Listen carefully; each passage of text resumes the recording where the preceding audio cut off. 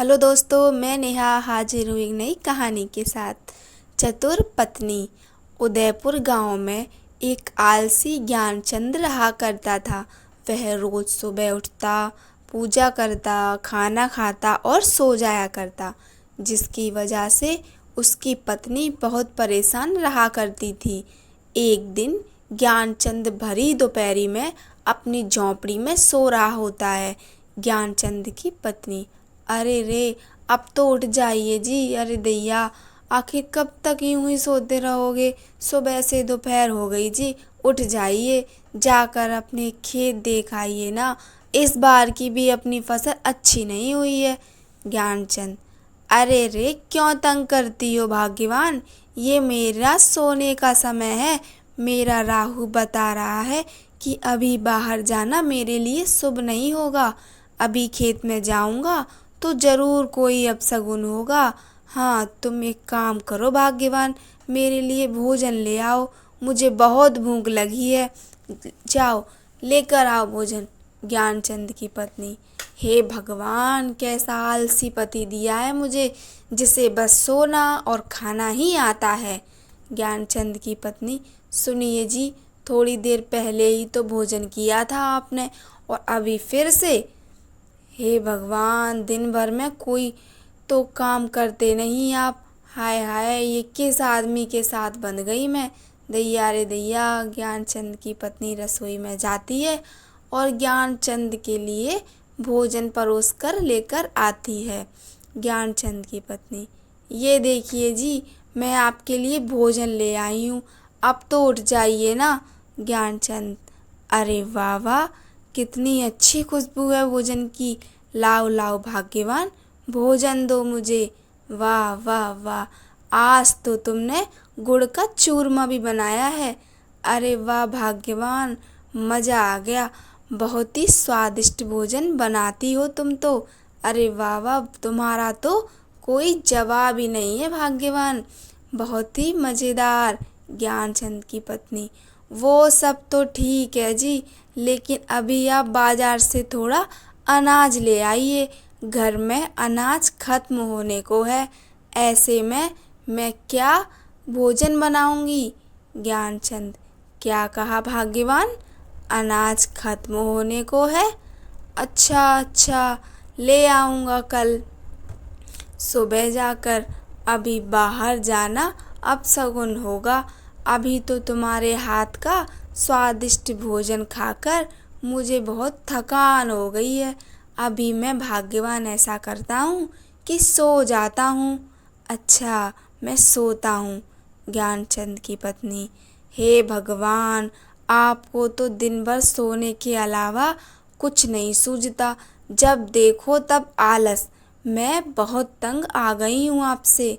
अगर ऐसे ही चलता रहा तो मैं अपने मायके चली जाऊंगी, बता देती हूँ आपको। ज्ञानचंद, अच्छा अच्छा, ठीक है भाग्यवान, बाद में सोचूंगा इस विषय के बारे में। अभी मुझे नींद आ रही है, तुम मुझे सोने दो।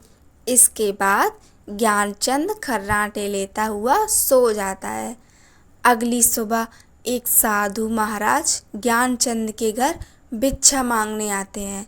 साधु, अरे कोई है? साधु को भिक्षा दे दो, भिक्षा अंधे ही। ज्ञानचंद की पत्नी, अरे साधु महाराज, क्या चाहिए आपको? बताइए मुझे, मैं अभी लाकर देती हूँ। साधु, बेटी, मैं काशी यात्री से लौटा हूँ, मुझे बहुत भूख लगी है। अगर खाने को थोड़ा भोजन मिल जाता तो थोड़ी शांति मिलती। बेटी। ज्ञानचंद की पत्नी, अरे क्यों नहीं साधु महाराज, आइए आइए, हमारी झोंपड़ी में आइए, मैं अभी आपके लिए भोजन लेकर आती हूँ। ज्ञानचंद सोता हुआ, अरे क्या हुआ भाग्यवान, क्यों चिल्ला रही हो? अरे मुझे मेरी नींद से जगा दिया तुमने, आखिर किससे बात कर रही हो? ज्ञानचंद की पत्नी, अरे दैया रे दैया, उठ गए आप? ये तो चमत्कार ही हो गया। देखिए जी, काशी से साधु महाराज आए हैं हमारे द्वार पर। ज्ञानचंद साधु महाराज को देखकर थोड़ा खुश हो जाता है। ज्ञानचंद, अरे माफ़ कीजिएगा महाराज जी, आइए आइए, आप अंदर आइए। वाह वाह, सुबह सुबह आपके दर्शन पाकर मैं तो धन्य ही हो गया। जिसके बाद साधु ज्ञानचंद की झोंपड़ी में आकर बैठ जाते हैं। ज्ञानचंद, अरे भाग्यवान, जल्दी से महाराज के लिए भोजन लेकर आओ।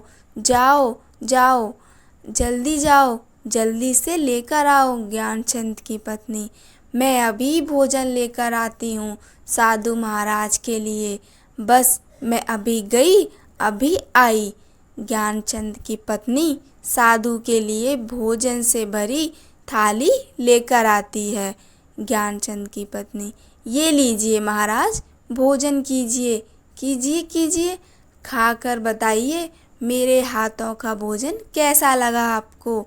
भोजन खाकर साधु, अरे वाह वाह, बहुत ही स्वादिष्ट भोजन था, मेरी तो आत्मा ही तृप्त हो गई बेटा। सच में तुम्हारी पत्नी के हाथों में तो माँ अन्नपूर्णा का स्वाद है। बेटी बहुत खूब, मैं बहुत खुश हुआ, इसलिए तुम कोई भी मुझसे एक इच्छा मांग सकती हो। तभी ज्ञानचंद ये सुनकर खुश हो जाता है। ज्ञानचंद, क्या सच में महाराज आप मेरी एक इच्छा पूरी कर सकते हैं? अगर ये सत्य है महाराज, तो मुझे एक वरदान दे दीजिए कि मुझे जीवन में कभी कोई कार्य ना करना पड़े। महाराज, मैं पूरा जीवन आराम करके ही बिताना चाहता हूँ। ये बात सुनकर साधु महाराज थोड़ा हैरान हो जाते हैं। साधु, ये तुम क्या बोल रहे हो बेटा? यह मनुष्य जीवन है। मनुष्य को अपना जीवन व्यतीत करने के लिए अपने दैनिक कार्य तो करने ही पड़ते हैं। तुम्हारी इच्छा सृष्टि के नियम के विरुद्ध है बेटा। ज्ञानचंद, महाराज आपने कहा ना कि आप मेरी एक इच्छा पूरी कर सकते हैं, तो मैंने आपको अपनी एक इच्छा बता दी।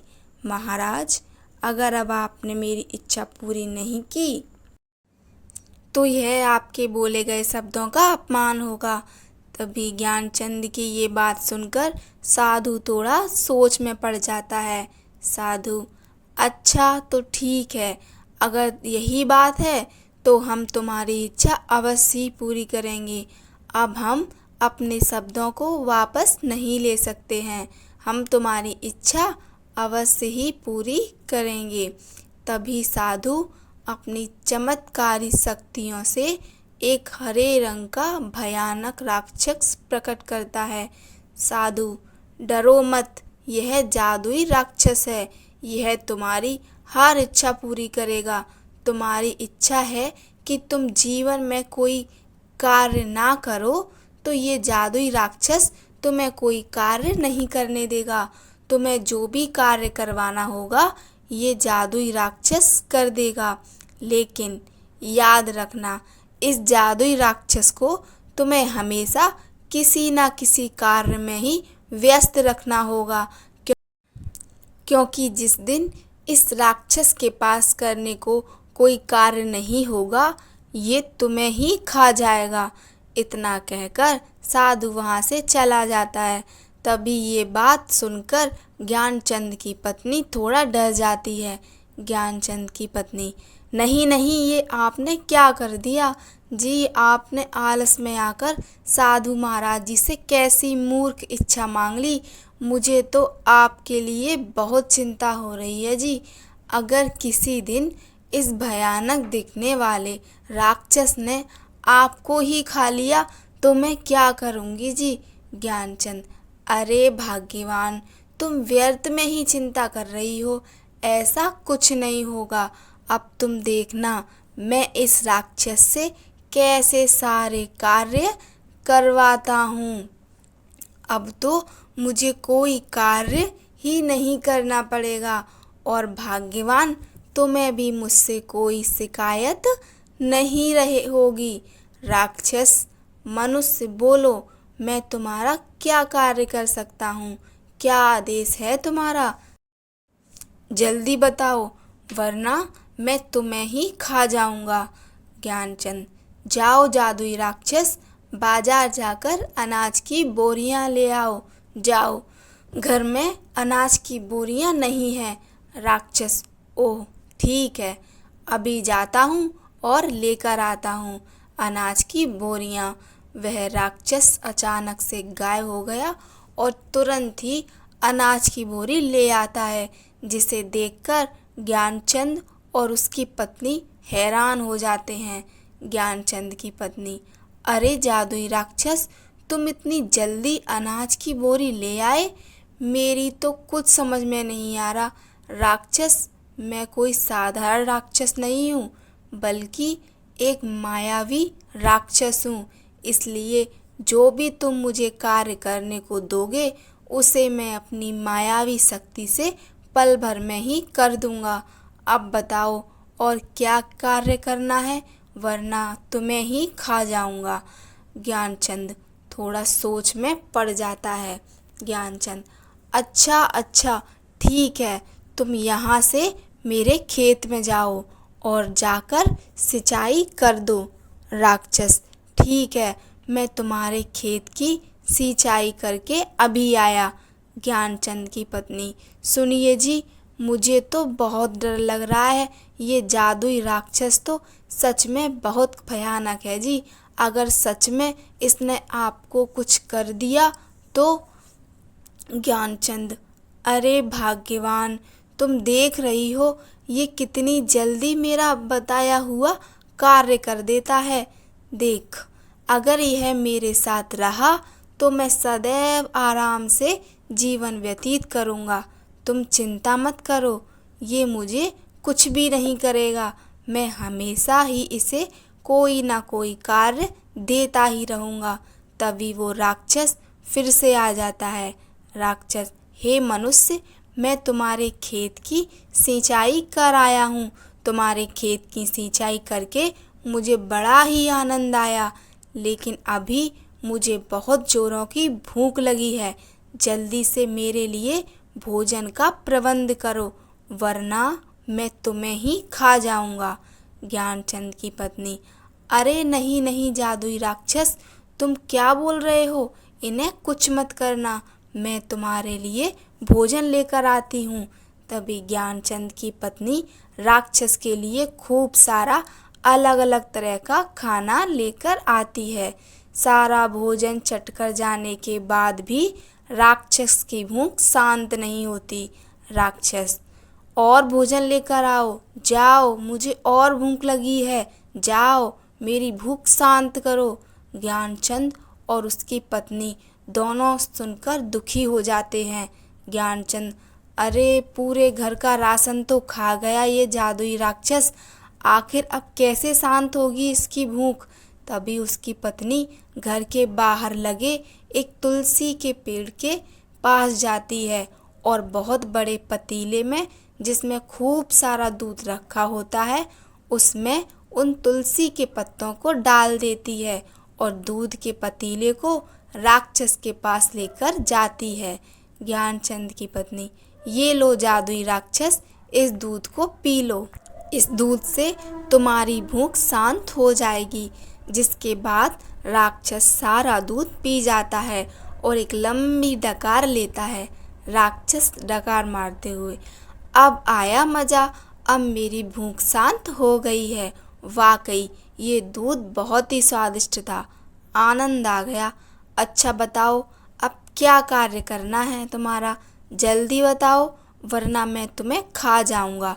अब ज्ञानचंद उसे कोई ना कोई काम बता देता और राक्षस झट से कर देता।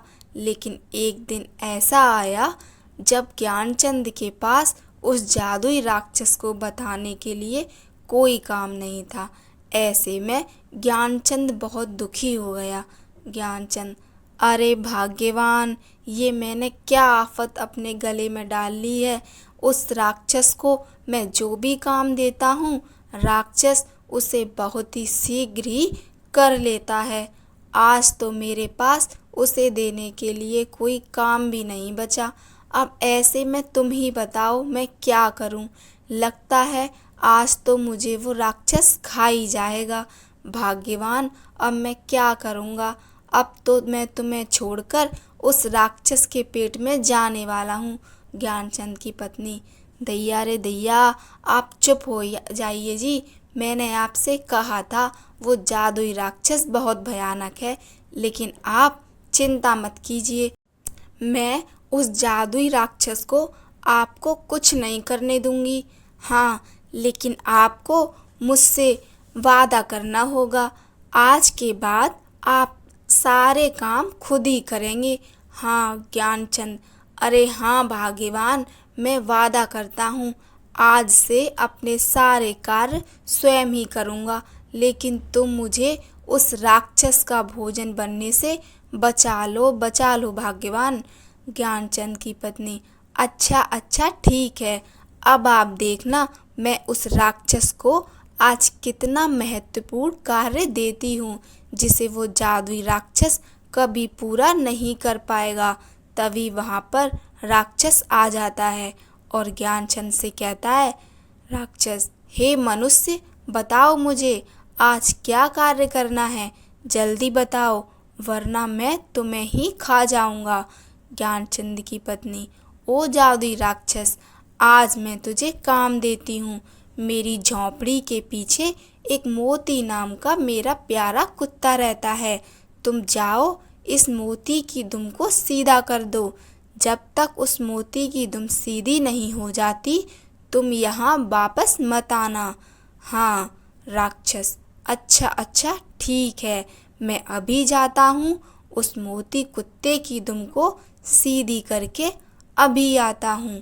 राक्षस के जाने के बाद ज्ञानचंद: अरे भाग्यवान, ये क्या काम दिया तुमने उस जादुई राक्षस को। तुम देखना वो अभी मोती की दुम सीधी करके आता ही होगा। हाँ, अब तो वो मुझे खा ही जाएगा। ज्ञानचंद की पत्नी: दैया रे दैया, आप भी ना बिल्कुल मूर्ख हैं। अरे भला कुत्ते की भी दुम कभी सीधी होती है? वो जादुई राक्षस मोती की दुम को कभी सीधा नहीं कर पाएगा और ना वापस यहाँ लौट कर आएगा। ज्ञानचंद: अरे वाह भाग्यवान, अरे ये तो मैंने सोचा ही नहीं। अरे वही वाह, मान गया तुम्हें, क्या दिमाग लगाया तुमने भाग्यवान। अब वो राक्षस बरसों तक कभी मोती की दुम को सीधा नहीं कर पाएगा। अगले ही दिन से ज्ञानचंद अपने सारे काम खुद करने लगा, किसी आलस के बिना। और उधर जादुई राक्षस मोती के पीछे उसकी दुम को सीधा करने के लिए कई वर्षों तक यूं ही भागता रहा। ना तो वह कभी मोती की दुम को सीधा कर पाया और ना लौटकर ज्ञानचंद के पास आ पाया। कहानी अच्छी लगी हो तो लाइक कीजिए, चैनल को सब्सक्राइब कीजिए। धन्यवाद। जय श्री राम।